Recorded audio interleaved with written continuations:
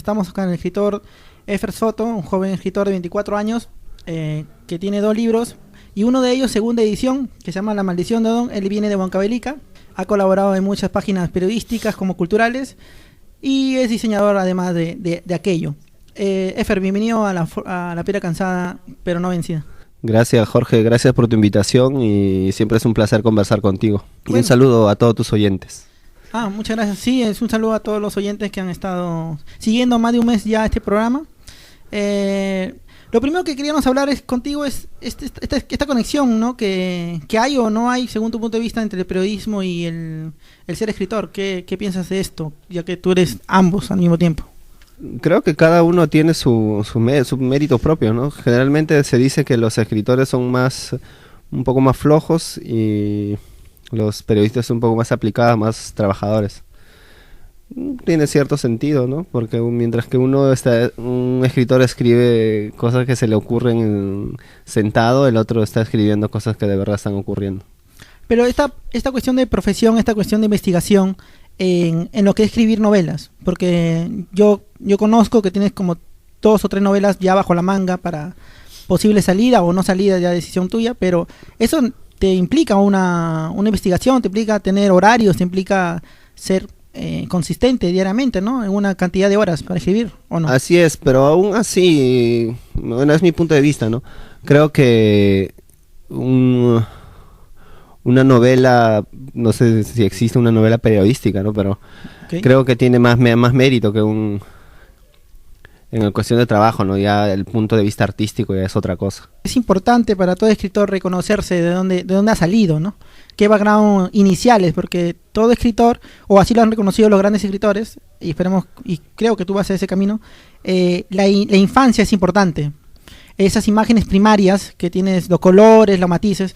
Explícanos un poco de tu infancia vinculada con las letras, ¿no? Con tus letras que están ahora formándose, que están ahora imprimiéndose. Así es, mi infancia en particular ha sido bastante... Bueno, contrario a lo que muchos escritores pueden pensar, que los escritores tienen una infancia infeliz, que tienen muchas peleas con su familia y todo. Mi infancia, a diferencia de todos ellos de repente, ha sido una infancia muy feliz. He sido muy querido por mi padre, por mi madre, al punto de ser muy engreído, muy consentido. ¿Tú eres el penúltimo, último? El último, soy el último ¿De cuántos? de 7 hermanos. Soy el último y he tenido esa suerte de que se me han cumplido muchos de mis caprichos, ¿no? Okay. El conocimiento que hay entre ambos en tu infancia ha sido muy marcada por la cuestión de cuentos, ¿no? Cuentos de la misma ciudad que comentas de tu abuela y todo eso. Cuéntanos un poco de eso. Sí, ahora que lo mencionas, me viene a la mente la imagen de mi abuela. Mi abuela es la persona principal que empezó contándome unas historias, no precisamente unas historias pues de hadas, ¿no? Claro. No unos cuentos infantiles, sino que mi abuela me contaba unas historias de terror que me hacían dormir lleno de miedo. Por ejemplo, yo tenía mucho miedo, me acuerdo de niño, algo que me marcó bastante fue que debajo de mi cama vivían muchos animales. Mi abuela me lo había contado, claro. Pero como debajo de la cama es oscura y todo, nunca me he atrevido de niño a ver debajo de la cama. Oh, okay. Pero yo toda mi infancia he creído que ahí adentro hay pues leones, algunas bestias, ¿no? Animales que ni siquiera existen en la sierra peruana, de donde yo soy. Ok, esta capacidad de la gente andina de crear muchos mundos, ¿no? Paralelos y todo eso. ¿A qué crees que se deba eso? ¿O es natural del humano en sí? Yo creo que sí, la cuestión de imaginar historias es algo natural, es algo que al no encontrar respuestas, automáticamente nuestra mente crea esa respuesta que termina siendo una ficción, ¿no? Empecemos por respuestas de tu primer libro que se llama Retorno a la Semilla, que fue que salió hace 2 o 3 años, por ejemplo, hace 2 o 3 años, y que, bueno, posiblemente tenga una segunda edición futuramente, ¿no? ¿Está cercano, creo eso, no? Algo así. Sí, estamos planeando sacarlo en una versión económica para llegar a un público mayor. Okay. Esperemos que se concrete pronto, porque de verdad es un libro que ha tenido mucha aceptación sobre todo en el público juvenil, okay, porque son unas historias bastante divertidas, entretenidas. Ok, justo a eso partimos. El libro expone más preguntas o responde más preguntas? ¿Cómo lo ves tú? Porque hay una posición de escritores, ¿no? Que hay muchos libros de cuentos, pero que tienen un corte más ensayístico, que propone preguntas al lector, y hay otros que no, ¿no? En el tuyo pareciera que expusieras más respuestas, ¿no? De tu personaje, del personaje que se llama Julián Bello, que es como tu alter ego, o puede ser tu alter ego si tú lo aceptas, claro, que intenta responder como un personaje de Huancavelica, ¿no? O de provincia del sur, cómo se adecua ante esta Lima. ¿Es eso o me equivoco? Creo que eso es un punto de vista de... Tú eres un periodista que estudia bastante, que lee bastante, y es tu punto de vista, y yo lo aprecio mucho, y así como de todos los lectores, claro, que han leído el libro y han dicho, no, esto, cuando escribiste este cuento has querido decir esto, me dicen, ¿no? Y sucede con los libros en general, que cada lector saca su punto de vista, que dicen, no, Fer Soto quiso decirnos esto con este cuento, claro, eso es lo que nos quiere transmitir, este es su mensaje, pero... Pero tú, ¿qué has querido responder? Bueno. En comparación de los dos libros, es el más personal, supongo yo, ¿no? Porque conociéndote es el más cercano a ti el personaje, es el más... Así es bastante cercano, sí. Creo que hay un gran porcentaje en el que cuento parte de mi vida en este libro, ¿no? Pero tampoco es tomarse al pie de la letra, ¿no? Hay que verlo como un lado de que es una ficción y que el escritor quiere contar, pues, finalmente lo que quiere contar, ¿no? A tener un segundo libro y a tener tu segundo libro, una segunda edición, no sé si esta pregunta es complicada o no, pero ¿cómo tomas la primera publicación a pasar ya 2 o 3 años? ¿Tomas como un acierto? ¿Tomas como una aventura un poco a corregir? ¿Tomas como algo que debió salirse? ¿Cómo lo tomas ahora? Sí, yo creo que definitivamente debió salir, y es un libro que me ha dado muchas satisfacciones. Y sin embargo, por otro lado, siento que es un libro bastante juvenil, y creo que no le llenaría los ojos a una persona de 60 años, ¿no? Porque son historias para jóvenes. Ok, pero tu público, el público de cada escritor siempre va a ser una generación anterior, ¿no? O casi siempre va a ser una generación anterior. Entonces, partiendo de ahí, ya que tú tienes 24, está para tu público, ¿no? O sea, para un público sí, yo creo que sí. Yo creo que sí. Cuando lo escribí siempre la gente dice, no escribe para un público específico ni nada, pero yo lo he escrito pensando, pues, cuando termino un cuento digo, mira qué bien me salió este cuento, qué bien me salió este relato. Claro. Imagino a la gente, a mis lectores que generalmente me escriben, que me dicen cómo va ese cuento, cómo va esa novela. Esas personas yo las imagino y digo, a estos tipos cuando yo les pase este cuento se van a matar de la risa, les va a gustar o claro, se van a poner tristes. Entonces, yo sí pienso, sinceramente, yo te soy sincero, pienso en mis lectores. Ok, tiene 21 cuentos, si no me equivoco, de retorno, ¿no? Así es. Entre ellos, yo destaco por mi lectura, claro, como tú mismo lo has marcado, unos 6 cuentos muy, muy interesantes. Entre ellos el primero, que es El escritor cachorro. En El escritor cachorro, primero presentas al personaje, ¿no? De toda la historia, que es Julián Bello, dices la edad que tiene en ese momento, ¿sí? Y mencionas los recuerdos de la infancia que ya hemos mencionado. Hay una parte que nunca te lo he preguntado, pero dice, recuerdo que jugaba con una onda, mataba alguna avecilla y me enfrentaba afinando una puntería para la caza. ¿Sigues matando algunas aves por ahí? ¿O algunos personajes tuyos matan de una forma, no? Qué feo. Ese párrafo me lo han criticado bastante, porque cómo puede ser alguien tan salvaje de matar un ave que no se la va a comer, por último, que no se la va a dar ni a su gato, sino que la va a matar y la va a rematar y rematar. Claro. Pero es una diversión común, ¿no? Es una diversión bastante común en la sierra, pero sí no deja de ser muy cruel, ¿no? De verdad que ahora que me lo dices y me lo han dicho, claro, no he dejado de pensarlo y es muy cruel. Y yo sí he matado bastantes pajaritos. Ahí mismo en El escritor cachorro mencionas una parte que siempre te lo he mencionado y que me gusta porque es contrastar no solamente al escritor actual, ¿no? Sino contrastar a estereotipos, porque es muy importante ver estereotipos en una lectura. Y dice, me sentí pobre cuando tomé un examen para un colegio de Huaycán, ¿no? Y mi nota fue 0.8, a pesar de que había salido de mi tierra con notas superiores al 16. Este cambio de realidad se plasma no solamente en la educación. ¿En qué otros aspectos crees que se plasma este cambio el escritor Fer Soto, ¿no? Que a final de cuentas es un crítico de la sociedad, un escritor es un crítico de la sociedad. Así es. Creo que cuando escribí ese cuento, ese libro en general, como te vuelvo a decir, solamente quería contar lo que había vivido un poco y lo que había visto en parte. No era decir que la sociedad debería cambiar esto y lo otro. Claro. Generalmente yo no soy muy crítico de la sociedad. Soy más un tipo que está ahí. No soy de ir a marchas, esas cosas. Claro, Sí. claro. No, pero tranquilo, no. Bueno, lo sentí un cambio bastante fuerte. Ok. Pero son cosas que personalmente yo no me siento en la capacidad de cambiar esta realidad, ¿no? Claro.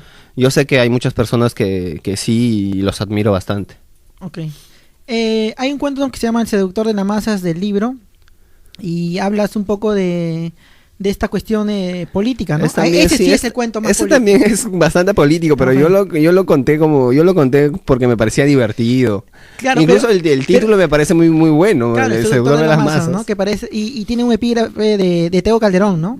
Nos dice gracias gobierno por jodernos tanto y bla bla bla, que es un cantante que conociéndote tú sigues, ¿no? Háblanos un poco de eso, porque ¿De eso quieres que te hable de reggaetón, claro. en serio? Claro, ¿por qué no? O sea, ¿tú crees que este contacto entre las letras de reggaetón con los jóvenes es un contacto válido también o no? Hay algo bastante curioso en mi biografía, digamos. Mi tesis lo hice sobre la influencia que había tenido el reggaetón en los jóvenes, no Ok, sé. ¿ves? Entonces, los colegas, los escritores me reprochan mucho esto, ¿no? Que por qué te gusta el reggaetón si tú eres un intelectual. Yo no soy un intelectual para nada, ¿no? ¿No hay un poco de intelectualismo en el reggaetón? ¿Tú crees que crees? Yo de mi parte yo sí creo que hay un poco de Eso intelectualismo. es una frase bastante buena de Sí. Tego Calderón. Gracias gobierno por jodernos tanto y cada 4 años vestirte de santo, dice, ¿no? Por ejemplo, me parece muy ingenuo el electorado peruano, por ejemplo. Cada 5 años creen en alguien, en un político, pero, o sea, en 200 años los políticos no han cambiado y no van a esperar que cambien, pues. O sea, cada 5 años están ahí ilusionados en que va a llegar alguien que va a hacer sus sueños realidad, pero eso es mentira. Es una ilusión boba, ¿no? Es una ilusión, creo que es jugar al ingenuo, ¿no? A ver, en esta parte del seductor, que tú dices muy bien que no criticas a la política y todo eso, pero hay una cosas muy interesantes como y de ataque ideológico, ¿no? Entre comillas puede llamarse. Dice, es simple, no existe un gobernante que no sea corrupto porque simplemente todos los peruanos somos corruptos. Esto es tan duro como matar un ave.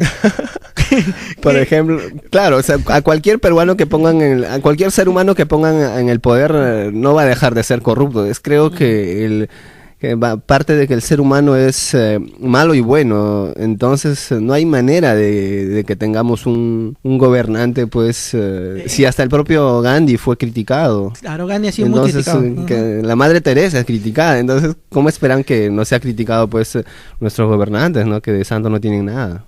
Nosotros, los peruanos, no tenemos nada de santo. Nada de santos, todo el mundo. Sales a la calle y vas a ver la corrupción campante. Creo que ya te lo he dicho, pero este debe ser uno de tus mejores cuentos que yo te he leído, ¿no? Porque yo he tenido la oportunidad de leerte mucho más allá de tus libros, otros cuentos, que es Éxodo de Sucias Golondrinas. ¿Cómo decidiste escribir Éxodo de Sucias Golondrinas? Principalmente en el cuento, bueno, yo siempre trato de entretener claro. al lector. Trato de que la literatura sea un entretenimiento y Sí. que los lectores, que el primer párrafo sea muy importante para que continúen. Sí, Entonces, ahí dices, no estoy en contra de la gente que emigra a la capital, pero que yo también soy un emigrante. claro, es como que el siguiente párrafo, o sea, continúa en ese párrafo, se contradice automáticamente, ¿no? Ujú. Porque de pronto está a favor y después dice que no. Sí, Entonces va a lo largo del cuento va explicando esta cosa, ¿no? Pero es una contradicción, esta contradicción. explicable, ¿no? Ajá, claro, Explicable, a lo largo del porque cuento se lo explica. sustentas. Pero Éxodo de Ciudad Golondrinas lo escribí por una conversación que tuve con el taxista, que es uno de los personajes, Ok. y porque se ve bastante esto, por ejemplo. Hay muchas personas en el cuento, muchas madres que mandan a sus hijos a trabajar, mientras que ellas están esperando en alguna esquina, en algún parque, a que los niños traigan el dinero. Otros casos mucho peores es que madres que alquilan a sus hijos, a sus bebés para que personas vayan a mendigar, ¿no? Creo que es bastante deplorable. Ujú. Pero al taxista no le gustó nada, ¿no? Al taxista no le gustó, al taxista no le gustó nada que el personaje criticara todas esas cosas, ¿no? Porque bueno, así se ve el taxista mío. Sí, tuvo miedo. El cuento le devuelvo a su hija antes de las 10. Es el cuento más juvenil en este sentido de enamorados jóvenes, ¿no? Y cómo plasmas, jugando, claro, por supuesto, como es el libro de Retorno, entre ir y venir, esta cuestión de la crítica o la supresión sobre los jóvenes, ¿no? Sobre en el lado sexual, ¿no? De que no tengas relaciones, bla, bla, bla, bla, bla, y cómo las personas mayores lo pueden tener libremente y estando frente a ellos, ¿no? Porque uno de los personajes que es el padre de una de las chicas, tiene relaciones con su tía de la chica, ¿no? Que llega a ser su cuñada. La verdad, no sé por qué los adultos tratan de prohibirle a los adolescentes algo que ellos lo hacen y lo hacen, pero más allá de no respetan ni la moral, nada, ¿no? Claro, porque hacerlo con su tía, que ha sido su hermana de su mujer, y estando en la misma casa con su hija, es totalmente una crítica sarcástica como la tuya, pero es una crítica directa, es muy fuerte, claro, ¿no? Pero eso no se da solo en ese ámbito, ¿no? En todo. Siempre criticamos algo, pero siempre estamos ahí participando en lo que es lo mismo que criticamos. Así es. Efer Soto he escuchado y he leído mucho en Face y otras cosas, y por ahí otros compañeros literarios que tenemos en conjunto, que dice que Efer Soto imagina cosas a veces mea fumadas, si el término se le puede llamar, ¿no? Estas cuestiones de cosas locas, y tú mismo juegas con esto de que escribes, ¿no? Mis historias y una historia de Efer Soto y te lo marcas así como cosas rebuscadas en una mente, nada truculentas, sí, pero sí alocadas y poco imaginadas, ¿no? Ahí está el cuento Recuerdo y lo Imaginado. Explícanos un poco del Recuerdo y lo Imaginado. ¿Cómo se da esto? Recuerdo y lo Imaginado parte principalmente de que yo quería siempre encontrarme con las personas a las que yo admiraba. Entonces yo dije, pero nunca voy a encontrarme con las personas a las que admiro. Solo tendría que pasar esto. Entonces yo imaginé que de pronto se parecía a un genio o algo así y cumplía todos mis deseos, ¿no? Claro. Pero se me ocurrió porque mejor en lugar de un genio, bueno, tengo personajes que son hay un genio y todo, pero mejor un extraterrestre que puede cumplir todos mis sueños. Claro. Entonces se trata de eso, de un extraterrestre que cumple los sueños de unas personas. De unos sueños bastante curiosos, ¿no? Porque no son unos sueños nada normales. Nada normales. El Recuerdo y lo Imaginado es sin duda, o debe ser el cuento que más he visto que te aplauden cuando terminas de leer. ¿Será que de verdad queremos que se den esos sueños? ¿Que tenemos que se plasmen? ¿Que un extraterrestre baje? ¿Que se pueda convertir en una imagen? No un extraterrestre, sino que creo que todos queremos ver nuestros sueños realizados. Y generalmente no estamos pues esperando que suceda algo fantástico, la paz mundial. Lo último que nosotros queremos es la paz mundial. Entonces los personajes son bastante reales. Son personas que desean lo absurdo. Por ejemplo, los chicos de 15 y 16 años, ¿qué cosa quieren? ¿Qué quieres? No quieren la paz mundial, no quieren pues conocer al amor de su vida, los chicos digo. Claro. Lo que ellos quieren es, ¿cuál sería la felicidad máxima para mí? 7 días en el internet jugando, encerrado.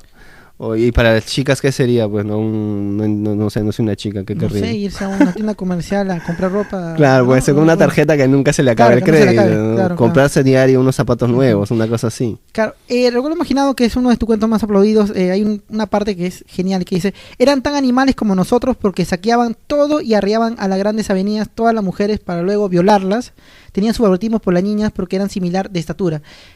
Acá la crítica o la idea que juegas no es al extraterrestre, o sea, esto es hacia el hombre, ¿no? El hombre intenta tener relaciones, por supuesto, con una chica o un chico, y que sean del mismo similar fuerza, ¿no? Está un poco de cobardía. ¿A qué va esta Creo frase? que eso también es un punto de vista del lector, Jorge, porque yo lo escribí pensando te juro, yo lo escribí pensando en un extraterrestre, no lo he pensado pues en un político, nada. Yo no lo he pensado en un contexto cultural, claro, político. Persona, claro. Yo lo he pensado exactamente como está escrito, que en un extraterrestre, que...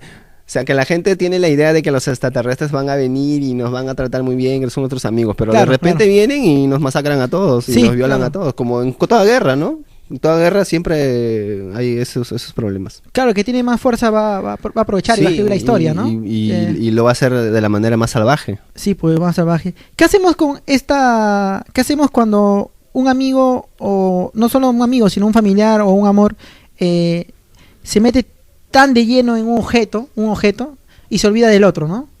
Como cierras tu cuento acá, ¿no? Que dices, hablas del personaje este que se queda con el mutante, que baja y se transforma en varios tipos de mujeres, y se olvida de la amistad, y se olvida de la familia, y al final aparece en una tipo de tarro de leche su foto como perdido, como desaparecido.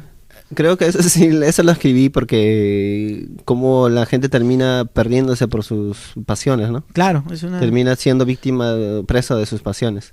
Estamos de vuelta acá en La Piedra Cansada con Efer Soto. Nos quedamos viendo un poco de su primer libro sobre el retorno a la semilla.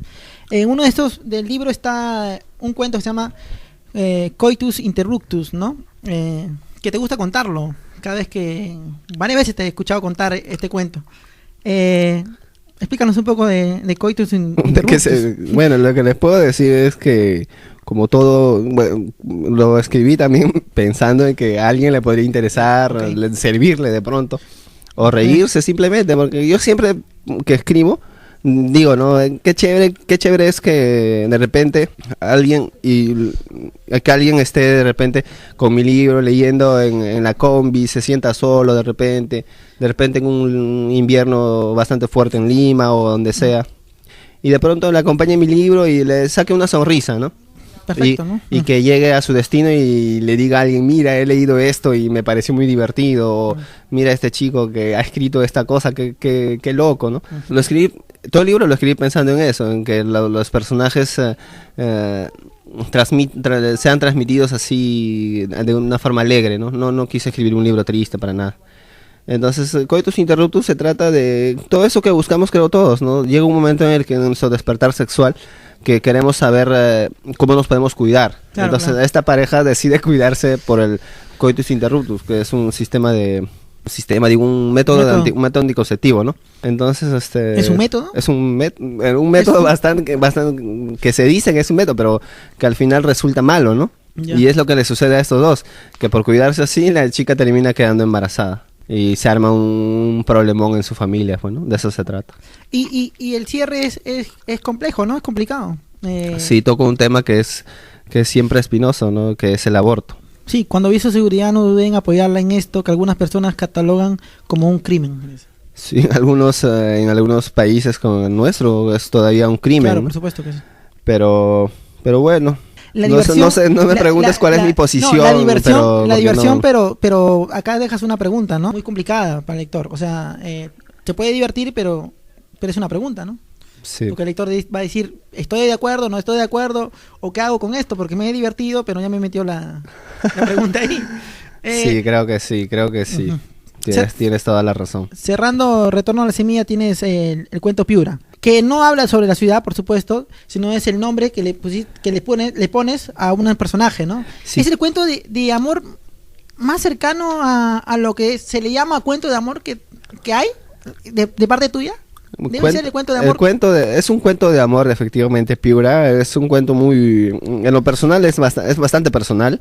Me gusta mucho... Me gusta mucho ese cuento. Okay. Piura es una persona que existe, que me trae gratos recuerdos. Pero es un cuento de amor. Nunca he tenido así... Siempre que he escrito algo, nunca me he dicho, esto va a ser una historia de amor. Esto va a ser una historia de esto. Simplemente siempre digo que esta es una historia interesante y voy a tratar de hacerlo lo más interesante posible. Ese es siempre mi objetivo, más allá de que sea acción o rollo que sea. Sí, yo rescato mucho del cuento Piura que muestras al río Rima como un complemento hermoso, bello, que es raro, ¿no? Claro, que es raro. Uno de los escenarios de Piura es el río Rima, y yo creo, soy muy olvidadizo, me olvido de mis propios cuentos, y uno de los escenarios es el río Rima, que es pues un escenario así romántico. Por donde ambos se están enamorando, ¿no? Tienes razón, ahora que me lo mencionas me haces recordar ese episodio en el que se acarician y todo, ¿no? Sí, porque el background se convierte en algo bello, en algo hermoso, ¿no? Más que allá del acto, porque ¿cómo lo describes? Sí, todo el mundo dice todo el mundo habla de que el río Rima es la horrible y todo, ¿no? Sí, sobre el lleno de basura, ¿no? Y sucia, pero imagínate que para mucha gente, y me incluyo, el río Rima que tiene su su cosa mística. su lado hermoso y le trae gratos recuerdos. Imagino que como a mí a un montón de gente. Claro, por eso, entonces este traslado de belleza que tú dices, ¿también se transmite a Lima? ¿Tú lo transmites a Lima? ¿Lima es bella? Sí, Lima me parece una ciudad hermosa. Lo que no me parecen hermosos son la gente. Ok. Acotemos que hay más provincianos y... No, es una broma, no lo vayan a tomar así, que esforzó todo día la gente de Lima, no... Para nada. La gente, creo que como sociedad nos falta mucho, pero... Claro, te refieres a la sociedad. Pero claro. Paciencia y vamos a estar todos felices. La maldición de Don, tu segundo libro, con segunda edición, bajo un nuevo sello, bajo una nueva aventura. Segunda edición de un escritor joven, con una editorial joven, también que es la que apoya tu libro en este momento. Bueno, es un éxito eso, ¿no? ¿O no? Sí, yo en lo personal no me da cierta vergüenza y cierto miedo a hablar de éxito, ¿no? Porque la gente empieza a alucinar que yo me hice muy famoso y que por la calle me reconocen. Que a mí no me reconocen por la calle. Claro. A los escritores a muy pocos lo deben reconocer por la calle. Ni en los periódicos, ¿no? Ni en los periódicos. Claro. Bryce ganó el planeta y ¿quién era Bryce? Decían, ¿no? Claro, entonces, así es. Por ejemplo, a Daniel Alarcón le dicen los ninguneros. ¿Quién es Daniel Alarcón? ¿A quién le ha ganado? Dicen. Claro. Entonces, pero yo me refería al éxito como objetivo, ¿no? De escritor joven, como objetivo de segundo libro, como objetivo con un apoyo editorial joven, segunda edición, gente que lo lee, gente que lo gusta. Creo que sí. Que gusta al público, okay, ¿no? Eso entonces es, creo que sí. Creo que por ese lado sí le agradezco a mis lectores, a los que se toman el tiempo de buscar el libro, porque como todo escritor nuevo no tiene una circulación pues masiva todavía. Claro. Y se dan el trabajo, el tiempo de buscar, de ir a tales sitios específicos y de agregarme al Facebook y de conversar conmigo, y se los agradezco. Para ellos todo mi cariño y mi esfuerzo. Y eso creo que La Maldición de Don el personaje, los hermanos Vilcatoma han ingresado en la mente de los lectores de una manera positiva y han disfrutado los cuentos, porque me lo hacen saber y se los agradezco. Y sobre todo creo yo que ha entrado Okoro, ¿no? Okoro, en que es el background de estos tres cuentos, ¿sí? Da mucho, ¿no? Da mucho para el lector, en el sentido de muchos lectores con un contacto poco con la sierra, otros con mucho contacto. Da mucho en ese sentido de ver actualmente cómo se puede encontrar la sierra, ¿no? En tus descripciones que tú das. Okoro es... ¿Cómo construiste Okoro? Porque cuentas tres historias de Okoro. Has tenido que construir al paisaje. ¿Cómo lo construiste? ¿De qué pinturas has sacado? Okoro es mi tierra, el lugar donde yo he nacido. No se llama Okoro, se llama Pichiu, pero no me parecía muy literario. Y le puse Okoro, que es un pueblo que está por ahí también cerca. Nunca he llegado a Okoro. Entonces es una mezcla entre un nombre de un pueblo con tu pueblo exacto. Así es. Ok, eso es Okoro entonces. Eso es Okoro, es mi pueblo, pero con un nombre de otro pueblo. Okay. Algo muy a tu estilo, como siempre, ¿no? Rebuscado. Creo que Okoro es más literario. El nombre, claro, porque tu pueblo es San Antonio de Pichú, ¿no? Que tienes un poema y todo, si no me equivoco. Así es. Partamos en esto de la maldición. La maldición, aunque no lo quieras aceptar o lo quieras aceptar, es una crítica a lo que dice la sociedad que tienes que hacer, a si eres supuestamente bello, o si supuestamente eres malo, o supuestamente eres todo eso, y lo que te trae a aceptar eso, ¿no? Y rechazar. En este libro hice lo que tú dices, que traté de aportarle un poco más al lector, ¿no? Okay. Creo que también en eso se basa un poco más que el éxito, aunque a mí me parecen mis dos libros fantásticos. Disculpe la... bueno, está bien, ¿no? Hay que querer lo que uno escribe, ¿no? Sí, yo estoy muy orgulloso de los libros.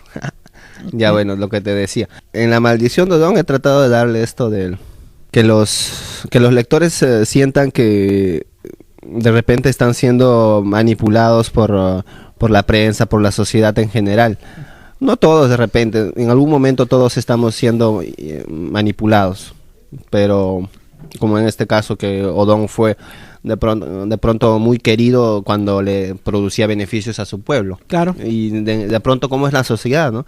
Que le da la espalda cuando sucede una tragedia. Así creo que es la sociedad. Y más que la tragedia, esta parte de verlo diferente, ¿no? O sea, de darse cuenta que tú has estado enceguecido, porque el pueblo es el que está enceguecido. O sea, Odón no en ningún momento se cambia de rostro, en ningún momento se pone otros ojos, en ningún Claro, momento Odón no finge. Odón, Sí, bueno, es el mismo. les voy a contar, Claro. pero no malograrles la historia a los futuros posibles lectores. Claro, pero diles un poco cómo trata. Odón siempre ha sido un niño normal, ¿Ok?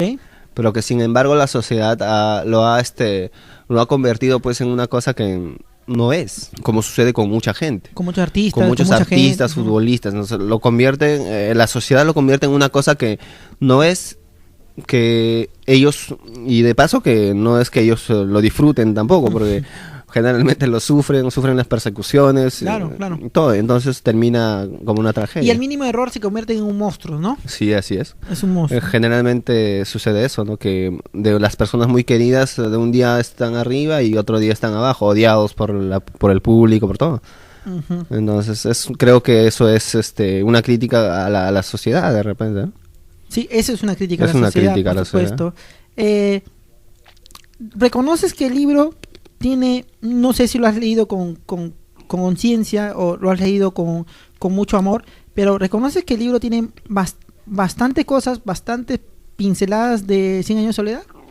En el sentido fantástico, en el sentido del background, en el sentido a veces de las palabras, a veces en el sentido de algunos personajes muy bellamente construidos, muy conflictivos, muy cercanos en sus realidades. Sí, eso lo he oído comentar también, que Odón, el personaje que Odón se parece al personaje de García Márquez a la Remedios la Bella, ¿no? Claro. Pero como hemos conversado, Odón era un muchacho cualquiera, Claro, no claro, era claro. para nada de una belleza superior, sino que era un chico cualquiera que de pronto un día se escondió, decidió no dar la cara más al pueblo. Y en base a ese misterio empezó a tejerse una serie de historias que finalmente terminaron perjudicándolo a Odón y al pueblo en general, ¿no? Porque Sí, y a los niños que nacen después, ¿no? A los niños que nacen después. ¿Es verdad esto? ¿Has escuchado esto en tu tierra? ¿Hay un lugar, un pueblo que hagan en la sierra en general hay bueno, no sé si en toda la sierra, pero en mi pueblo, ¿no? Que hay un miedo a que los chicos sean muy muy guapos, porque dice que va a traer problema con las chicas. Okay, entonces hay ese miedo. ¿Les hacen algo? No les hacen algo, ¿no? Creo que esa es una invención mía, de lo de los cortes. Ok, pero que pega mucho, ¿no? Es muy interesante. Sí, creo que el final es uno de los más... la parte del cuento en general que les impacta más, ¿no? Sí. El final es lo que los deja muy impactados al público. Muy fuerte, muy interesante este final, ¿no? Parecía que te buscaran en tu rostro un corte por ahí para ver si eres algo de Odón. Sí, soy de Ocoro. Algo curioso es que el personaje no se me ocurrió, o sea, eso de los cortes no se me ocurrió no se me ocurrió en la sierra, sí. Okay. Lo de los cortes se me ocurrió estaba viendo la tele y salió un modelo que tenía el rostro cortado. Oh. Y de ahí lo y ahí dije, bueno, si ese tipo fuera de algún sitio debe ser de Ocoro. lo alineaste. A ver, partemos del segundo cuento del libro que se llama El sueño de Guaira, que es el más claro en el mensaje, pero que es el más que usan más metáforas, que usan más poesía, ¿no? Estas herramientas poéticas, no en la forma, no en el verso, sino las herramientas poéticas de la hiperbole, de la transfiguración del personaje, de los caballitos, de ponerle a uno un estereotipo gordo, un estereotipo alto. Estos estereotipos son poéticos. ¿Cómo nace esta cuestión de ubicar un caballo de carrera entre caballos de carga? ¿Cómo nace esto? ¿A qué se...? Eso es gracias a la ficción, nada más, creo. Claro. En la vida real dudo que suceda. Claro, pero en ti, me refiero, ¿cómo nace en ti? En mí nace porque yo siempre me he sentido un caballo débil. Ok. Siempre me he sentido un caballo débil y comparado pues a mis compañeros, a mis paisanos. Yo he vivido en San Antonio en San Antonio de Pichiu y he sido criado bastante alejado de mi propio pueblo siempre. O sea, no era mucho de... ¿No tenías un contacto? No tenía un contacto bastante cercano como yo hubiera querido. Siempre mis padres eran que te quedas acá y ahí. Entonces he crecido así y siempre me he sentido de San Antonio, pero a la vez no tan de San Antonio, pero me duele eso. No crean que yo me siento bien sin ser de ahí. ¿No? Yo amo mi pueblo. Uh-huh. Pero me he sentido así y a raíz de eso ha nacido el cuento Guaira. Guaira, claro. Yo siempre me he sentido débil, como te digo, y siempre tratando de buscar para qué era bueno, tratando de agradar a ciertas personas, ¿no? Okay. Pero sin darme cuenta que yo no podía ser como todo el mundo, como todos hubieran esperado algo de mí, ¿no? Resulté otra cosa. ¿Qué pensabas que ibas a hacer antes de venirte a Lima y de estudiar y de periodismo y de ser escritor? A mí me hubiera encantado ser un hombre del campo. A mí me hubiera encantado tener una familia en el campo y dedicarme a la gente del campo, a la tierra, ¿no? Uh-huh. Pero la naturaleza no estaba a mi favor. Uh-huh. Bueno, regresamos contigo. Estamos con el escritor Efer Soto, escritor de Huancavelica, joven, con 24 años, que tiene ya en Lima radicando de 15 años, me dijiste, ¿no? Hace poco. Así es. Y estabas hablando de este amor que tienes por tu tierra, ¿sí? Pero que te ves poco diferente a la gente de ahí, y que de ahí más o menos esta idea nace Guaira, ¿no? De poner este caballito de carrera entre caballos de carga. Este sueño de volar, que más o menos tiene Guaira, ¿es un sueño tuyo? No lo sé, no, ahora que lo dices, yo generalmente lo escribo para entretener y okay, para que sea muy divertido, pero en este caso en especial ha sido bastante personal y he tratado de escribir, de convertirme yo en uno de los personajes y tratar de librarme de ese demonio, ¿no? Claro, claro. De no haber podido... Bueno, desde pequeño siempre me han dicho, ¿no? Mi padre, mi madre, no siento que tú seas para este lugar. Pero yo sí he tenido esas ganas de ser como ellos, pero nunca me he sentido al 100% emparentado con ellos. Me gustaría, porque finalmente ahí han nacido mis padres y sus padres, sí, ¿no? Claro, es este querer de complacer y complacerte a ti mismo, ¿no? Así Pero es. ahora te sientes ya en esta actualidad, no como escritor, sino como persona en general. ¿Te sientes ya casi lleno? ¿Te sientes lleno? ¿Te sientes tranquilo? Creo que para sentirme una persona realizada, que de repente es tu pregunta, haga falta unas cosas, ¿no? Por ejemplo, lo que todo el mundo le necesita, ¿no? Un hijo, una familia, esas cosas. Creo que cuando lleguen esas cosas, la gente va a estar más tranquila. Ok, una familia, ok. Justo hablemos un poco de familia en el tercer cuento, que se llama Romance y Condena, que es el cuento más complicado en el sentido del tema, ¿no? De la temática, pero que es un tema que escritores regionales, sobre todo bastantes escritores regionales, tocan, ¿no? Que es esta posibilidad de que haya un poco de la gargaria. De gargaria y todo eso, ¿no? Bueno, yo no hablo de la gargaria en ese cuento, pero se puede deducir como tal, ¿no? Claro. Porque es una relación, un incesto que sucede en la sierra y de pronto uno de ellos muere y la muerte no se lo quiere llevar y ahí está martirizando a toda una población, un espíritu condenado que se le dice, ¿no?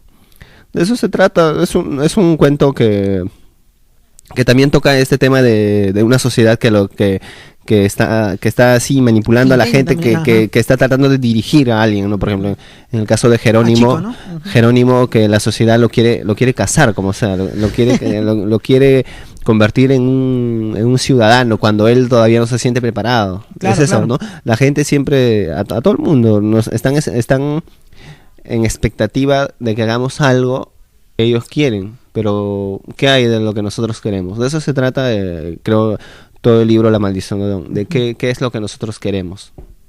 Y tratar de buscarlo, pero para mala suerte en el libro a algunos pues esa aventura les cuesta la vida, ¿no? Por supuesto, el tipo de aventura le cuesta la vida a dos personajes de estos tres que están marcados por el fatalismo, ¿no? Porque hay un fatalismo al final de cuentas. Así es en el libro. Pero hay un tema, también hay un subtema que es muy importante, que es la falta del padre a la chica, ¿no? Esa falta de padre. Creo que en todo el cuento está la falta del padre. Sí, claro. En todos los cuentos está la falta del padre. Y justo eso vamos. En tu primer libro está el libro, el cuento se llama Retorno a la Semilla, que hablas de tu padre. Sí. ¿Es una marca? En El Sueño de Guaira está el padre, aunque bastante alejado, ¿no? Uh-huh. Pero mucha gente que ha leído mis libros, los lectores que no me gustan, pero que les agradezco que lean. Bueno, los lectores, no es que no me gusten, sino que son bastante pillos, que digamos, ¿no? Bastante listos. Okay. Los lectores psicólogos. Los lectores psicólogos. Los lectores, no digo que sean los catálogos, sino que los psicólogos que son de profesión psicólogos. Claro, por supuesto. Entonces los psicólogos que leen mi libro dicen, luego de leer tus libros puedo deducir interesantes conclusiones, voy a llegar a interesantes conclusiones sobre tu infancia, me dicen. ¿Ya? Y dicen que yo tengo un odio hacia mi padre y todo, pero ¿Sí? bueno, eso dicen los lectores psicólogos, pero eso no tiene nada que ver, ¿eh? Yo amo a mi padre, me encanta a mi padre, ha sido una persona increíble. Porque Retorno a la Semilla es una oda al padre. Sí, incluso hay unos cuentos que se llaman Epístolas al Padre, en los que yo me refiero muy de una manera muy cariñosa a mi padre. Yo lo quiero a mi padre. Esos comentarios de repente pueden llegar a mi familia y puedan pensar que yo tengo algún rencor a mi padre, pero no de ninguna manera. Yo le tengo un enorme agradecimiento y un enorme aprecio a mi padre. Claro, yo me refería al tema porque se nota que tú, claro, y ya lo respondiste, ¿no? Es este amor por tu padre, por esta cuestión que nos une a ambos en este sentido de que justo que mencionabas el cuento, en el cuento donde está el Retorno a la Semilla, mencionas esta frase, ¿no? Que te decía tu papá cuando eras chiquito, que era campeón. Una frase que también mi padre, que yo tengo la suerte de que esté vivo, también me lo transmitía. Que es una sensación de triunfo, ¿no? Sí, pero bueno, bueno, esto va a sonar contradictorio, pero claro. Yo siempre, de niño mi padre me decía bastante campeón, y el regalo que más le recuerdo a mi padre es un uniforme deportivo del Sporting Cristal, que hasta ahora me acuerdo cuando me lo compró. Pero yo ahora, a mis 24 años, tengo miedo de que... Tengo no un miedo así fatal, ¿no? Pero sí cierto temor de tener algo que no merezco. No me gustaría recibir algo que no merezco, y no me gustaría que me digan campeón de la nada como cuando era niño. Quiero, no sé, ojalá que mi padre, si está en algún sitio, si es posible eso, esté orgulloso de lo que hice, ¿no? Ojalá que sí. Yo creo que, no sé si está orgulloso o no, pero sabes que eres sincero y eso es una cosa muy importante. Efer, 2 libros, como veníamos mencionando, uno con nueva edición.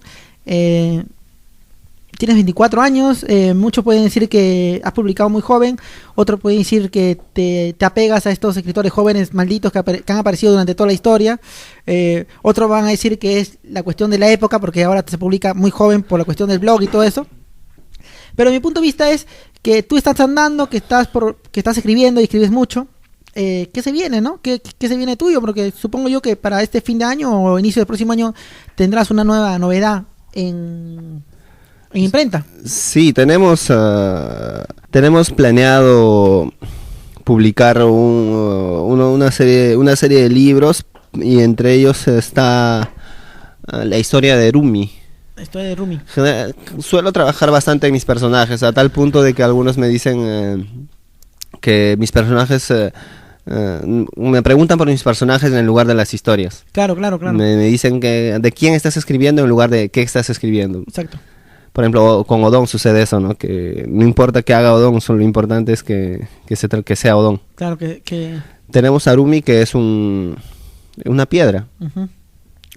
Y eso parte de que de repente los lectores y todo están un poco cansados, ¿no? De los típicos personajes de un chico aficionado al rock, en drogas, metiéndose en problemas por chicas. Entonces, es facilismo, ¿no? Actual, que se vivió mucho en los últimos años. Claro, he leído unos libros de los peruanos y generalmente se deja ese tipo de personajes, ¿no? Entonces yo he querido escribir, entonces yo dije, bueno, si voy a escribir algo más, algo nuevo de repente, arriesgándome, ¿no? Eso creo que arriesgarse a escribir sobre una piedra. Claro, entonces claro. Es la biografía de una piedra. La biografía. Parece algo absurdo, ¿no? Le he pasado a algunos lectores, a los más cercanos. Uh-huh. ¿Y qué comentarios primeros has tenido sobre eso? He recibido comentarios buenos, he recibido comentarios burlándose, ¿ya? Burlándose del libro, diciendo que es algo bastante absurdo, que es algo tonto, pero yo creo que es un libro, yo le tengo mucha confianza a este libro, uh-huh. Porque es algo novedoso, con un personaje también de una psicología bastante atractiva, con un destino bastante atractivo. Lo que no saben mis lectores es en qué termina claro. La novela, ni loco se las voy a pasar el final, ¿no? El completo, sí, claro. Y es un egoísta ese. La final no se las he pasado, ni cojudo que estuviera, ¿no? Por supuesto que... Entonces, yo creo que creo que va a ser un buen libro. Yo lo tengo con mucha confianza. Sí, se muestra muy interesante, muy, como tú dices, muy diferente, muy problemático también, ¿no? Va a ser sí. El poder tocarlo.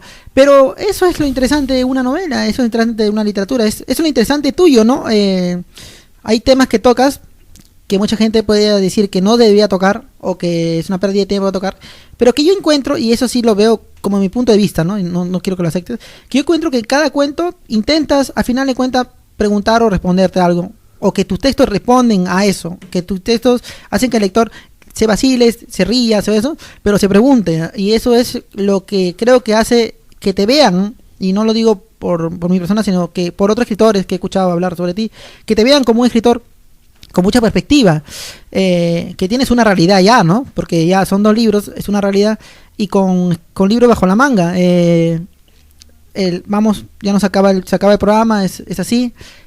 Tu relación con las letras en global, ¿no? ¿Cómo lo ves? Primero, el primer punto que tocaste es, le agradezco mucho a mis colegas, a los escritores, a ti, a Armando, a Anaximandro, a José de Lepiani, un gran amigo, claro. A Julio Heredia, al propio Osvaldo Reynoso, que se han dado el tiempo pues de leer mi trabajo y mi trabajo artesanal. Y ver a un joven que tiene cierto talento para la creación literaria, y se los agradezco, y es por ellos y por mis lectores que me escriben, que me comentan que les ha gustado tal libro y lo transcriben en sus blogs. Así ha sido para mí una gran suerte, una gran bendición de Dios, que haber llegado a las personas correctas que han sabido ayudarme, ¿no? Cuando tenía 13, 14 años yo decía, ¿cómo voy a hacer esto y lo otro? Claro. Pero muchas cosas que yo he querido hacer han hecho otras personas por mí, y se las agradezco a todos, para ellos todo mi cariño. Estábamos hablando hace un poco de volver a tu tierra, ¿no? ¿Ya vendrá una novela sobre San Antonio? ¿Netamente? Sí, como lo comentaste en una parte del programa, yo he escrito varias obras que esperemos tengan la madurez necesaria para sorprender al público, y esperemos, el tiempo dirá que y vamos a ver que van a ir saliendo nuevas obras. Bueno, Efra, queremos agradecerte que vengas al programa. Sabes que nos une una amistad, nos une un camino parecido, entre comillas, Y bueno, yo de mi parte deseo que te vaya lo mejor posible, ¿sí? Y que vengas cuando publiques otro libro y que esperemos que La este fuerza te programa acompañe. siga con vida. No, te agradezco a ti, Jorge, y yo sé que aquí en la radio han estado personalidades de la literatura y te agradezco ser parte de esta historia, ¿no? Muchas gracias.